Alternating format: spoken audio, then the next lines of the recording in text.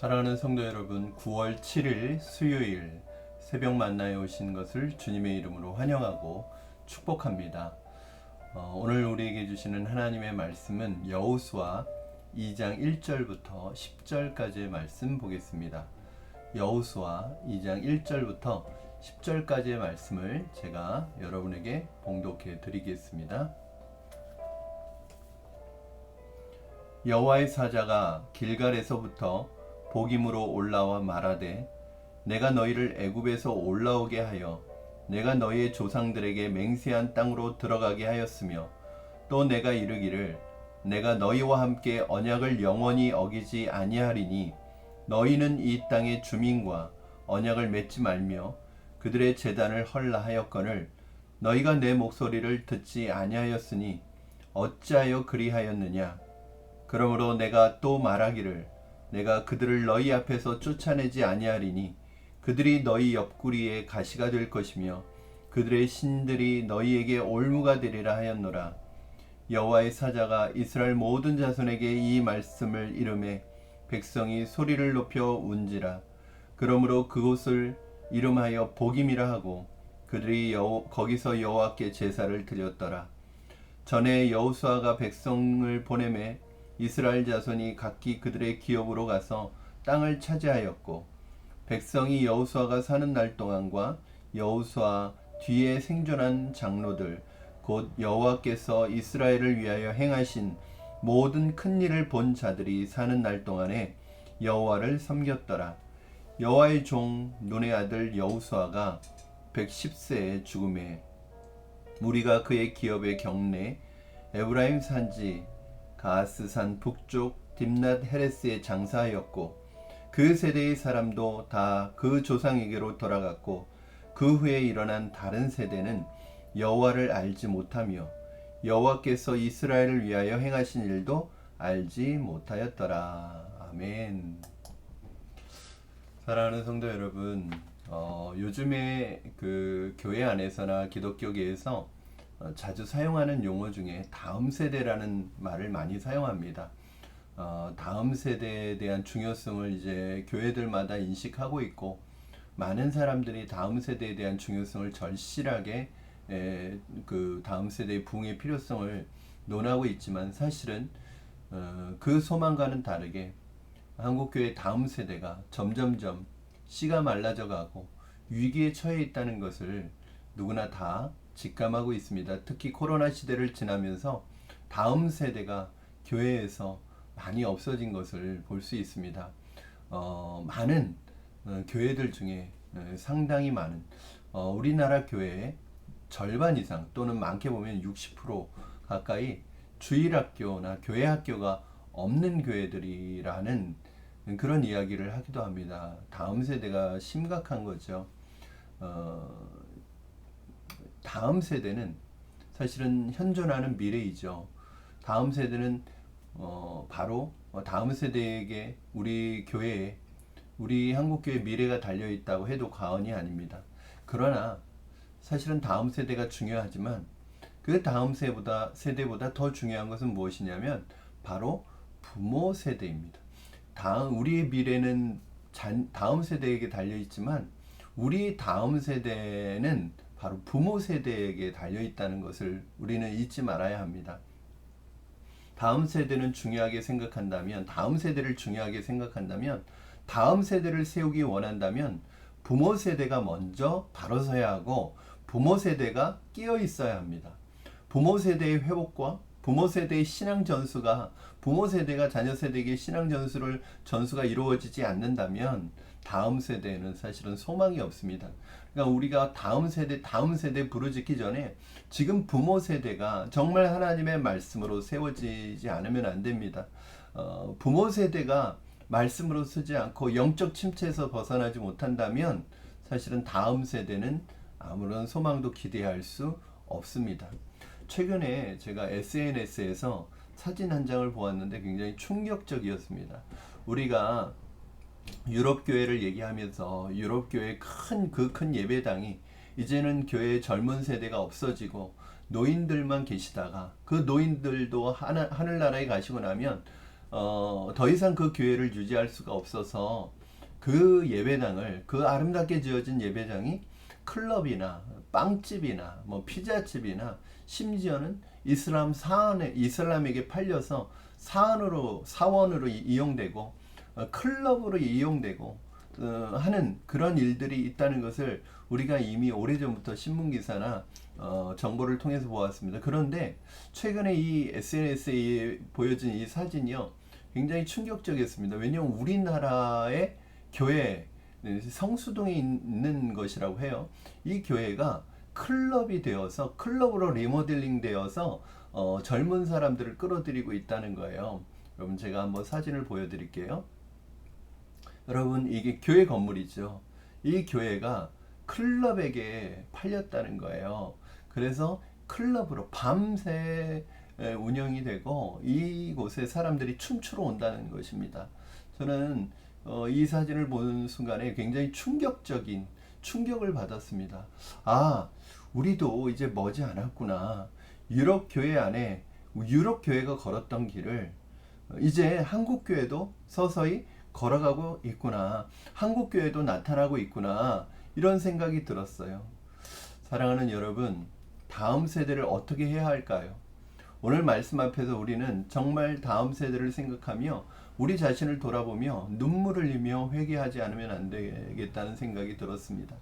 오늘 이스라엘 모든 지파가 하나님의 명령에 순종하지 않고 자신들의 당장의 유익을 위해 하나님의 약속을 저버리고 세상과의 신앙의 타협을 하였을 때 어떤 일이 일어나느냐?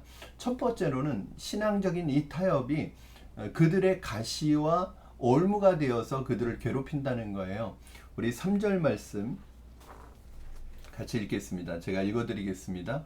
그러므로 내가 또 말하기를 내가 그들을 너희 앞에서 쫓아내지 아니하리니 그들이 너희 옆구리에 가시가 될 것이며 그들의 신들이 너희에게 올무가 되리라 하였노라.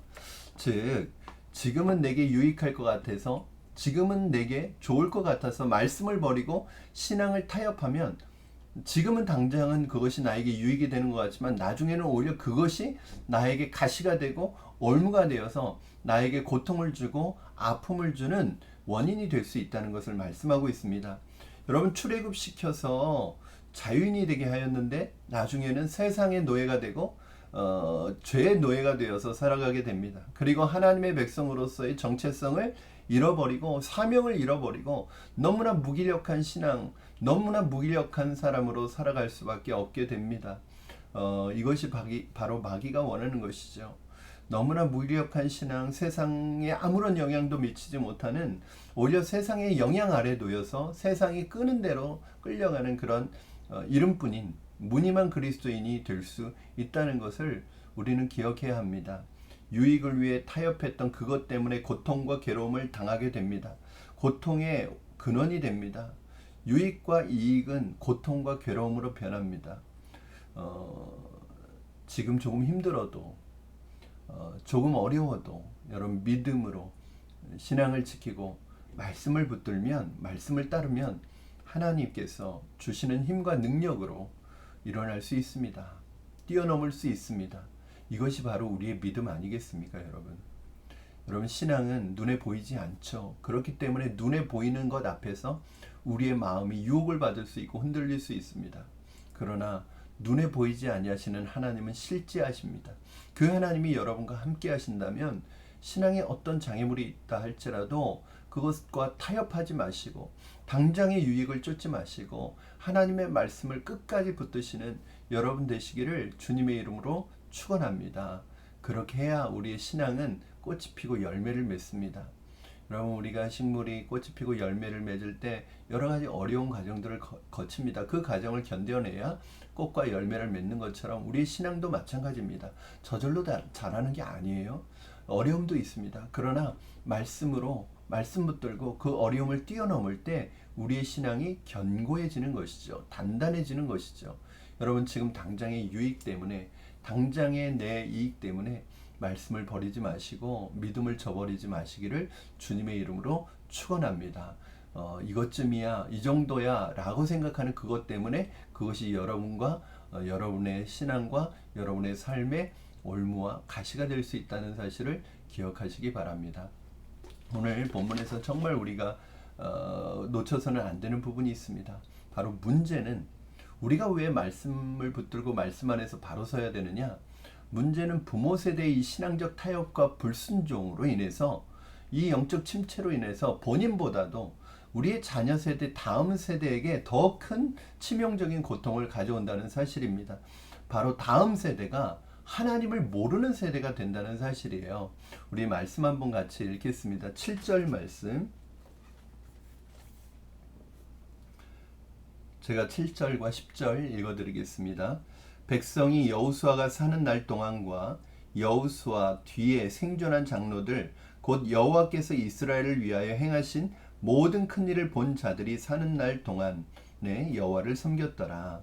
그런데 10절 말씀, 그 세대의 사람도 다 조상에게로 돌아갔고 그 후에 일어난 다른 세대는 여호와를 알지 못하며 여호와께서 이스라엘을 위하여 행하신 일도 알지 못하더라. 여러분, 이것이 이스라엘 역사의 가장 긴 암흑기를 가지고 오는 그 시초가 됩니다. 말씀과 믿음으로 살았던 여호수아 세대, 부모 세대, 할아버지 세대와 다른 세대, 불순종 세대, 불신앙의 세대가 등장합니다. 그리고 이 암흑기는 이스라엘을 하나님을 섬기는 하나님의 백성이 아닌 세상의 백성, 우상 숭배하는 사람들로 만들어 버리고요. 하나님을 잃어버린 사람들이 되어 버립니다. 이것이 바로 이스라엘의 최대의 암흑기, 영적인 침체기, 영적인 암흑기의 시작입니다. 저는 요즘 우리 아이들을 보면 다음 세대가 다른 세대가 되지 않을까 그런 걱정이 있습니다. 하나님을 모릅니다. 예배를 모릅니다. 말씀을 모릅니다. 특별히 코로나 시대에 많은 아이들이 교회를 떠나고 하나님을 떠나 있습니다. 그러니까 세상 사람들과 똑같이 살아갑니다. 세상 사람들보다 더 때로는 세상 사람들처럼 살아갑니다. 앞으로가 문제입니다. 우리 자녀들이 하나님을 떠나고 교회를 떠나는데 여러분, 그 책임은 누구에게 있느냐? 가장 먼저 부모에게 있습니다. 부모의 신앙이 침체되어 있고 부모가 말씀의 능력을 상실하여 세상과 타협하고 세상의 문화와 타협하여 살아갈 때 자녀들은 더 이상 하나님을 만날 수 없습니다. 자녀들은 더 이상 하나님을 볼 수 없습니다. 왜냐하면 자녀들은 부모를 통해서 하나님을 보거든요. 믿는 엄마를 통해서, 믿는 부모를 통해서 하나님을 만나거든요. 바로 다음 세대의 신앙은 우리 부모 세대, 우리 기성 세대에게 달려 있습니다. 사랑하는 여러분, 우리는 그래도 주님을 만났잖아요. 주님을 경험했잖아요. 그 주님을 경험한 우리가 자녀 세대에게 이 신앙을 전수하지 못하고 이 세상을 떠난다면, 그리고 신앙을 전수하는 일에 우리가 실패한다면 이스라엘이 경험했던 다음 세대가 아니라 다른 세대가 등장해서 이제 믿음을 찾아볼 수 없는 너무나 세속적이고 세상적인 가나안 세대, 세상의 백성들이 된 처참한 교회 현실을 발견하게 될 수도 있습니다. 사랑하는 성도 여러분, 우리는 울어야 합니다. 회개해야 합니다. 그러나 거기에서 멈추지 말아야 합니다. 우는 것에서 멈추지 말아야 합니다. 오늘 본문에 보면요, 이스라엘 백성들이 이 하나님의 사자의 지적을 받고 울었어요. 여호와의 사자가 이스라엘 모든 자손에게 이 말씀을 이르매 백성이 소리 높여 운지라. 4절 말씀이거든요. 그런데 이렇게 소리 높여 울었어요. 문제는 운다고 다 되는 건 아니에요. 내가 울고 회개하여 돌이켜서 하나님을 향한 믿음을, 우리의 신앙의 중심을 회복해야 되는데, 그리고 자녀들에게 우리의 믿음을 가르치고 하나님의 역사를 가르쳐야 되는데 그렇게 하지 않는단 말이에요. 그러면 우리 다음 세대는 하나님을 모르는 다른 세대가 될 수밖에 없습니다.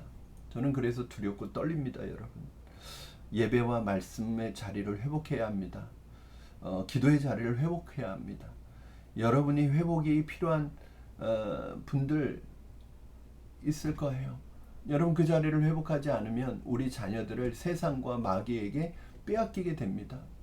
여러분, 더 두려운 것은 이 믿음이 없는 상태로 우리 아이들이 고등학교에 들어가고 대학에 가서 교회를 영영 떠나고, 오히려 떠날 뿐만 아니라 대학에서 잘못된 이단과 잘못된 신앙을 가진 우상 숭배자들을 만나서 오히려 하나님을 대적하는 자리에 서게 될까 두렵습니다. 사랑하는 여러분, 우리 자녀 세대를 살리고 싶다면 여러분이 믿음의 중심을 바로 세우기를 바랍니다. 더 늦지 않도록, 더 돌이키기에 늦지 않도록 여러분이 예배와 말씀과 기도의 자리, 하나님을 섬기는 자리를 회복할 수 있기를 주님의 이름으로 축원합니다. 이제 내가 내 자녀의 신앙에 대해 좀 관심을 가지시고, 여러분, 우리 자녀가 교회를 나오지 않고 하나님을 떠나 있고 믿음을 떠나 있다면 그것 때문에 부모님들이 눈물 흘려야 합니다. 기도의 자리에서 정말 회개해야 합니다. 그리고 우리부터 우리의 신앙을 회복하고 우리의 신앙을 회복하지 않으면 안 됩니다. 그렇지 않으면 우리 자녀들을 살려낼 수가 없습니다. 부모가 죽어 있는데 어떻게 자녀를 살릴 수 있겠습니까? 사랑하는 성도 여러분, 우리의 신앙이 침체되어 있다면 말씀과 기도로 회복하시기를 주님의 이름으로 축원합니다. 그리고 여러분이 만났던 하나님, 여러분이 정말 하나님이 계시다고 확신하고 여러분이 정말 천국과 지옥이 있다는 것을 확신한다면 우리 자녀들에게 다른 건 몰라도 다른 거 물려줄 생각하지 마시고, 다른 좋은 것 줄 생각하지 마시고, 신앙을 물려주시는, 신앙의 유산을 물려주시는 여러분 되기를 주님의 이름으로 간곡하게 부탁을 드립니다. 여러분, 그래야 우리 교회와 우리 한국교회와 다음 세대가 소망이 있습니다. 지금 이 상태로라면 한국교회 소망이 없습니다. 사랑하는 성도 여러분, 내가 먼저 주님 앞에 바로 설 수 있기를 주님의 이름으로 축원합니다. 그리고 우리 자녀들을 말씀과 기도로 양육할 수 있기를 주님의 이름으로 축원합니다. 그것이 우리 자녀들을 위한, 하나님의 자녀를 내게 맡겨주신 그 하나님의 뜻에 따라 우리 자녀를 키우는 것이 가장 중요한 사명이라는 것을, 우리 부모의 사명이라는 사실을 여러분 잊지 마시기를 부탁을 드립니다. 우리 다음 세대가 다른 세대가 되지 않도록 다시 한번 여러분의 믿음의 중심을 회복하시고 주님께 나아가시는 저와 여러분 되기를 주님의 이름으로 축원합니다. 기도하겠습니다. 살아계신 하나님 아버지, 감사합니다. 오늘도 말씀을 통하여 우리의 연약함을 깨닫게 하시니 감사합니다. 하나님을 모르고 하나님을 알지 못하는 다른 세대가 등장하고 있습니다. 하나님, 너무 마음 아픈 것은 우리 믿는 성도들의 자녀 가운데 하나님을 모르는 다른 세대가 등장하는 것이 너무나 안타깝습니다. 하나님, 부모인 내가 먼저 주님의 말씀 앞에 회복하게 하시고 신앙을 회복하게 하시고 영적 침체에서 벗어나게 하셔서 말씀과 기도와 예배의 자리를 회복하여 내가 주님 앞에 바로 서서 우리 자녀들을 말씀과 기도로 양육할 수 있는 나에게 맡겨주신 부모의 책임을 감당하는 우리가 되게 하여 주시옵소서. 우리 다음 세대를 생각할 때 하나님, 정말 가슴을 안고 울며 주님 앞에 기도하며 회개하며 우리의 길을 돌이키며 다음 세대를 위하여 우리가 먼저 깨어 기도하는 부모 세대가 될 수 있도록 축복하여 주시옵소서. 감사하며 예수님의 이름으로 기도하옵나이다. 아멘. 사랑하는 성도 여러분, 오늘도 주님께서 여러분의 삶 가운데 은혜를 주시기를 원합니다. 무엇보다도 여러분, 우리 자녀들을 위해서 기도해야 합니다. 자녀들이 하나님을 모르고 하나님을 떠나 있는 것을 무덤덤하게 받아들여서는 안 됩니다. 여러분, 우리의 인생은 당장 오늘 내일을 알 수 없는 인생입니다. 오늘 주님께서 우리를 부르실 수도 있습니다. 오늘 기회가 나에게 마지막 기회일 수도 있습니다.